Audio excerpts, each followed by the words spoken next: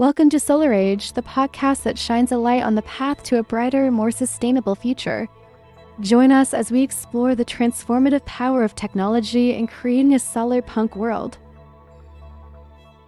All right, let's dive in. We're looking at this Popular Mechanics article, the one that's got everybody buzzing.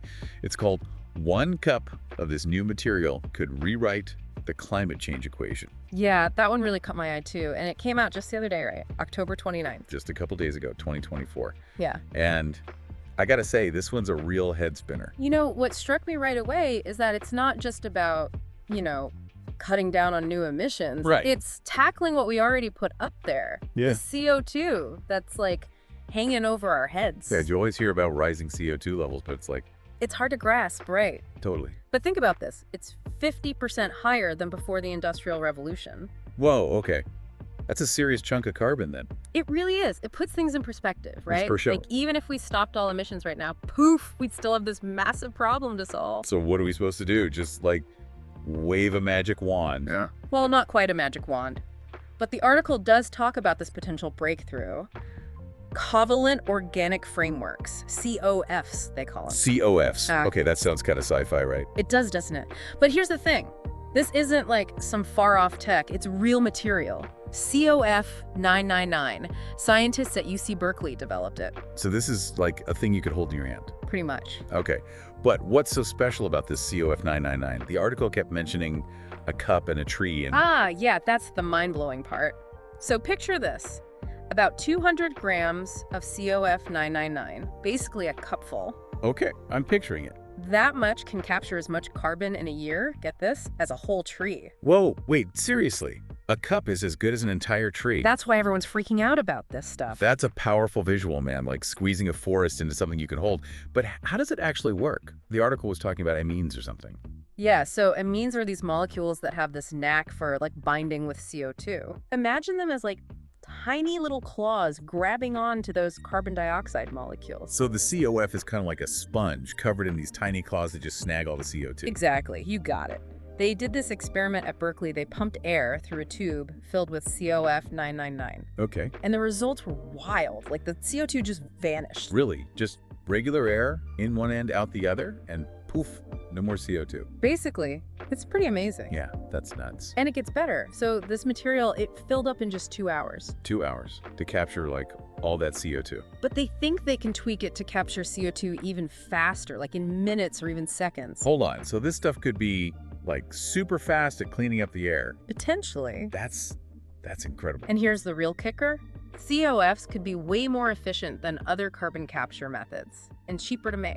Okay, I'm starting to get why this is such a big deal. But hold on, we've captured all this CO2. Where does it go then? Well, they're looking at heating the material to release the CO2, which could then be stored underground. Like a giant underground CO2 vault. It's more of a cycle, really. Capture, release, store, repeat. Like a reusable air filter for the whole planet. That's wild. It is, right. But you bring up a good point, though. Doesn't heating the COF 999 to release the CO2 require a bunch more energy? Yeah, that's what I was thinking. It's a valid concern and something researchers are definitely working on. I mean, it seems like a catch-22. We need energy to clean up the CO2, but using energy often creates more CO2. It's a puzzle, but it's not insurmountable. Remember, this tech is still in its early stages. So are there any ideas out there for tackling that energy problem? Definitely. I mean, imagine powering the whole process with renewable energy, like solar or wind, or even, get this, using that captured CO2 for something else entirely. Oh, interesting. Like what? Well, there's research into turning captured CO2 into fuels or building materials. It's about creating this closed loop, So it's not just about capturing the carbon, but about what we do with it after. Exactly. And that's a super important point. But before we get too carried away, let's remember, preventing those emissions in the first place is always the best solution. Right. The article had that graphic from the Environmental Defense Fund, right? The one that reminded us about that. Exactly. This tech is awesome, don't get me wrong, but it's not a free pass to keep polluting. We still need to move to renewables, make every effort to shrink our carbon footprints. Absolutely. It's not about picking one solution and forgetting about the others. It's like having a whole toolkit. Right. Yeah. And COF 999 is like adding a brand new, super powerful tool to that kit. It's like you wouldn't build a house with just a hammer, right? No way. You need saws, screwdrivers, levels, all of it. Exactly. We need a diverse set of solutions to tackle climate change. COF 999 gives us a new way to deal with the CO2 that's already up there while we work on preventing new emissions. Okay, that makes sense. So where do we go from here? This is all still in the research phase, right? The article mentioned that there's still room for improvement with COF 999. Oh, definitely. It's early days for sure. Remember those amine claws we were talking about? Yeah. Well, not all of them are actively grabbing CO2 right now, if scientists can figure out how to activate all of them. Wait, so like supercharge the COF? Well, sort of. They could potentially double its carbon capture capacity. Whoa, double. That's insane. Right. That's what's so exciting about all this. So much potential just from this one discovery. It really is mind-boggling. And it goes beyond just the science, too. How so? Well, imagine the industries that could spring up around this tech. That's a good point. We could see whole new sectors focused on, making COFs, building these carbon capture systems. Exactly. Maybe even figuring out what to do with all that captured CO2. Yeah, that's a lot of jobs, a lot of innovation, a whole lot of economic activity, all stemming from the need to, address climate change. It is. And that's what I think this article really gets at. It's not just about the science. It's about the ripple effect, the positive change this could bring to, every corner of society. Yeah, I get that. And the article itself, it doesn't just want us to read about this stuff, right? It actually encourages us to, dig deeper, learn about the researchers, check out other carbon capture projects, maybe even get involved somehow. Absolutely. This isn't just a passive listening experience. No way. It's like a springboard. Yeah. Maybe someone listening gets fired up about material science or climate policy. Or maybe they just end up with a better understanding of what we're up against. That reminds me of when I first learned about... Oh, yeah. Well, I won't bore you with the details, but sometimes just reading an article or having a conversation, it can totally change your perspective. It can even set you on a whole new path. I feel that. Sometimes all it takes is that one spark to ignite a whole new passion. It's the power of knowledge and discovery, right? It's not just about collecting facts. It's about sparking new ideas, getting people excited, giving them the tools to make a difference. I love that. So as we wrap up this part of our deep dive into, COFs and carbon capture, what's the main thing you hope our listeners take away from all this? Honestly, I think the biggest takeaway is that we're not just talking about climate solutions in theory anymore. COF 999 is a real, tangible example of how innovation can lead to, potentially game-changing tools in this fight against climate change. Yeah, it's not just about COF 999 itself, right? It's about the potential of this whole field of research. Like, what else is out there? Right. This one discovery has opened up a whole universe of possibilities, from scientific breakthroughs to, economic opportunities to, frankly, a renewed sense of hope. Well said. So to everyone listening, if a cup of this stuff can have such a huge impact, imagine what we can do when we combine, human ingenuity with this passion for creating a better world. Keep exploring, stay curious. Who knows? Maybe you'll be the one to discover the next big climate solution. Thanks for joining us. It's amazing, isn't it? We're talking about a potential game changer here, not just for carbon capture, but for how we think about the whole climate action thing. It's like we're flipping the script, Yeah. Instead of just focusing on the problems, we're starting to see the opportunities that come with tackling climate change. Right, like economic opportunities. The article even hinted at some of them, remember? Oh, yeah. It talked about these massive fields of COF structures, strategically placed to suck up CO2 from all the big industrial zones. Whoa, that's a cool visual. Like these high-tech farms, but instead of crops, they're growing clean air. Exactly. And imagine if it didn't stop there. What if COFs were built into the materials we use every day? Wait, what do you mean? Imagine if our buildings, the walls of our homes and offices, were actually capturing carbon from the air. Whoa, that would be wild. Oh. Okay, let's get real for a second. The article did mention some challenges, like all that energy needed to heat up the COF 999 and release the CO2. You're right. No technology is perfect, right? There are always going to be hurdles. The key is to acknowledge them, and figure out how to address them. So it's not as easy as just, sprinkling some COF 999 around and calling it a day. No, not quite.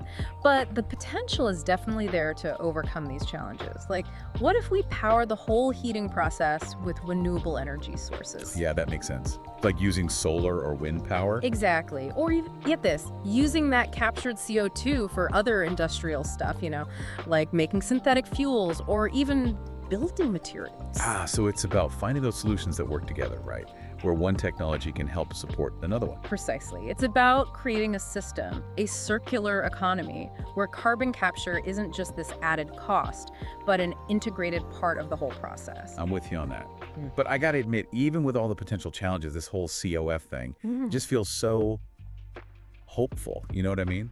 I know exactly what you mean. There's this buzz of optimism around this discovery. It's contagious. It reminds us that, yeah, climate change is a huge problem, but we humans, we're pretty good at coming up with ingenious solutions. Totally. And who knows what else is out there? COF 999 is just one example of what these, what are they called, covalent organic frameworks can do. Right. Imagine what other crazy cool materials scientists might cook up with a little more research. It's like we've just opened the door to a whole new world of possibilities. Crazy to think it all started with a cup of powder and an article in Popular Mechanics. It just goes to show you never know where the next big breakthrough is going to come from. Sometimes the smallest discoveries can have the biggest impact. Couldn't have said it better myself. And speaking of impact, this whole deep dive has really got me thinking not just about the science behind carbon capture, but the economic ripple effects too. Yeah, it's pretty wild to think about all the industries that could pop up around this, Right. Can you imagine entire sectors focused on producing COFs, designing and building those carbon capture systems? And then there's figuring out what to do with all that CO2 we're pulling out of the air, right? Exactly. We're talking about tons of jobs, a wave of innovation, and a whole lot of economic activity, all driven by, the need to tackle climate change. It's like this one discovery could end up reshaping huge parts of our economy. But, the article, it doesn't just want us to sit here and talk about COS, does it? No, not at all. It actually wants us to get off our butts and do something, right? Learn more, explore those other carbon capture projects. Yeah. Maybe even get involved ourselves. It's a call to action, basically. It is. This isn't just a passive thing, just listening to us ramble on about it. It's about sparking something in our listeners, getting them fired up to, I don't know, maybe explore a career in materials science or something. Or maybe even just understanding the problem better. Yeah, or that. I mean, sometimes all it takes is, reading one article or having a conversation like this to totally change how you see things. Totally. Sometimes a single spark can ignite a whole new passion. It's true. I remember this one time I was reading about, well, never mind. It's a long story. Haha, no worries.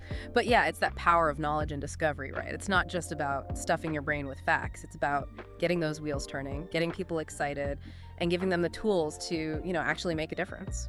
I love that. So as we wrap up this deep dive into COFs and carbon capture, what's the one thing you really hope our listeners take away from all this? For me, the biggest takeaway is that we're not just theorizing about climate solutions anymore. COF 999 is proof that innovation can lead to some truly groundbreaking tools in this fight against climate change. And it's real, it's not just some pie in the sky idea.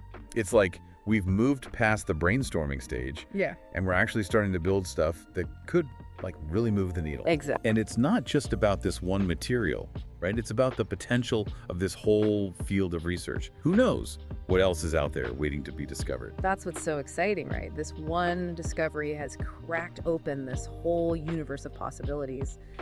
Scientific breakthroughs, economic opportunities, and honestly, a renewed sense of hope for the future. Couldn't have said it better myself.